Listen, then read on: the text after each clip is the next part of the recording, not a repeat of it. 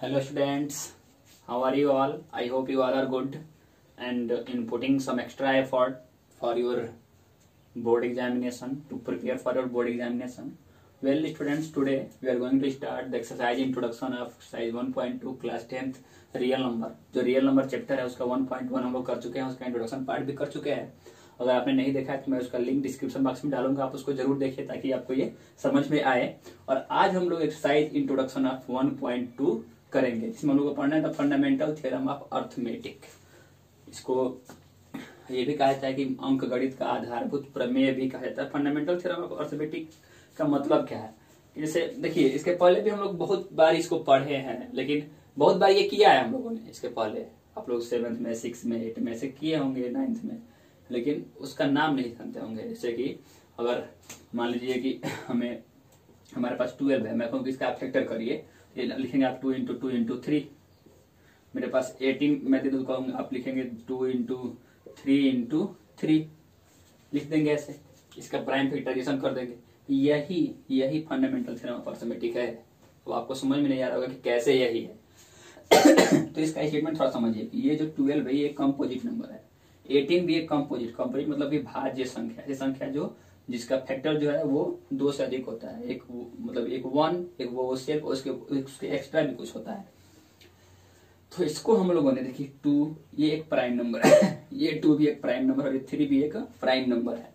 यहाँ पे ये 18 में ये 2 प्राइम नंबर है, 3 प्राइम नंबर, ये प्राइम नंबर. आप देख सकते हैं कि हम लोगों ने इन दोनों कंपोजिट नंबर को प्राइम नंबर्स के फैक्टर के रूप में लिख दिया है, या हम लोगों ने लिख दिया है कि इस कंपोजिट नंबर को as the multiplication of prime number. अच्छा, इसको हम लोग और किसी भी, इसका अगर हम लोग फैक्टर करें तो इसको छोड़ के और इसका कोई भी फैक्टर नहीं आएगा प्राइम फैक्टर. मतलब ये होगा कि जो प्राइम फैक्टराइजेशन होता है वो यूनिक होता है, बस उसके अगर ऑर्डर को न ले. जैसे मान लीजिए कोई लोग इसको ऐसे लिख देंगे 2 इंटू 3 इंटू 2, या कोई लोग इसको 3 इंटू 2 लिख देंगे.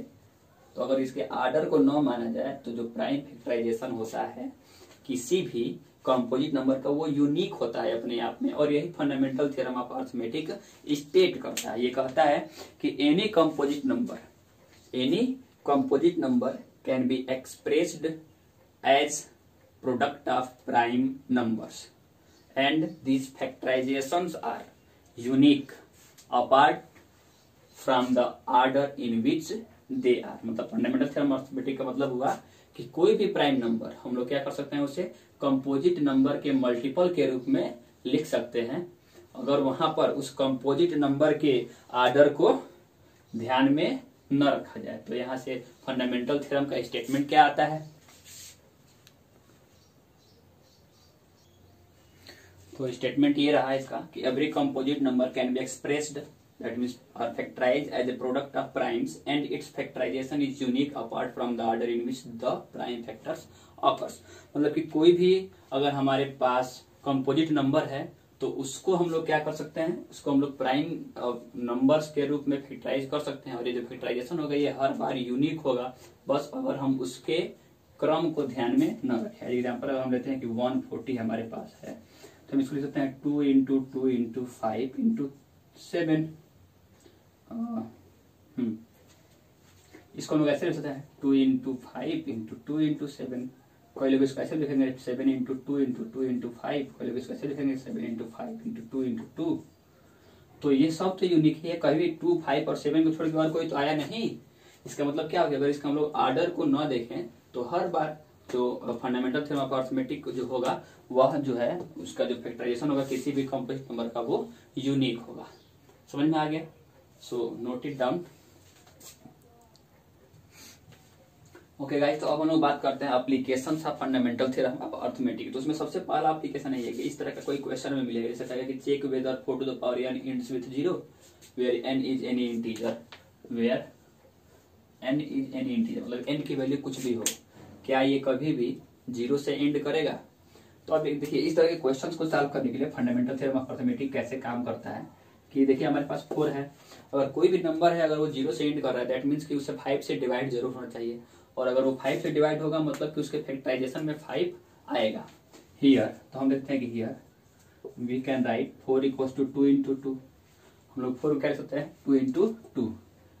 देन 4 पावर n को कह सकते हैं हम लोग 2 का पावर 2 पूरे का पावर n दैट इज 2 की पावर 2n।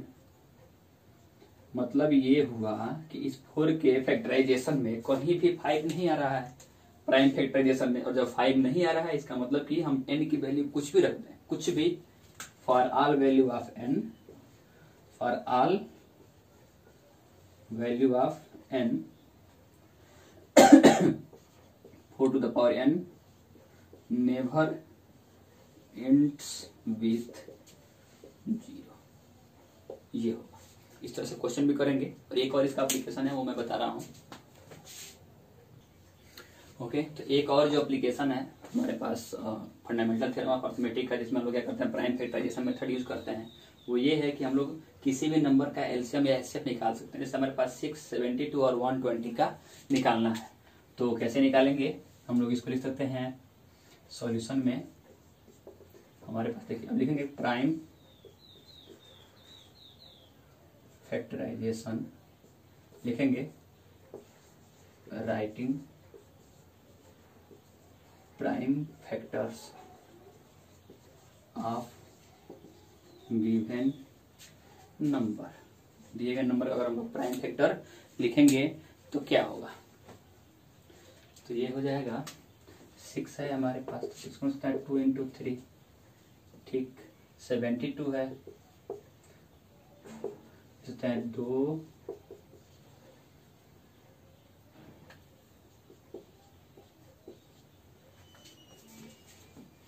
2 दूनी 4 दूनी 8 या 24 और या 72, ये लिख सकते हैं हम लोग। फिर इसके बाद क्या लिख सकते हैं हम लोग 120,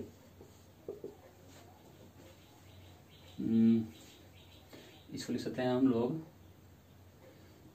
2 into 2 into 2 into 3 into 5,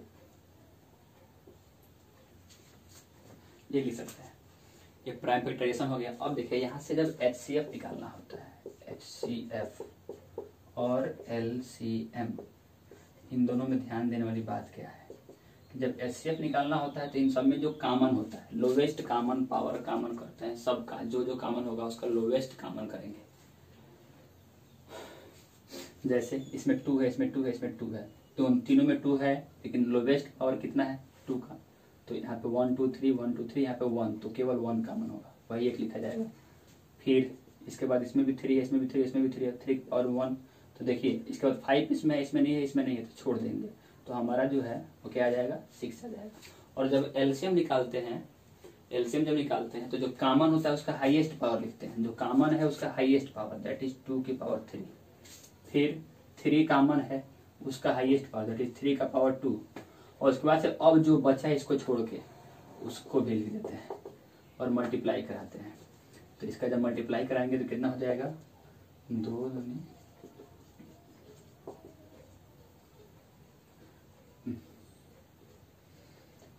3 गुणे 5, 2 दूनी 4, 72 पंजे, 72 पंजे कितना हो जाएगा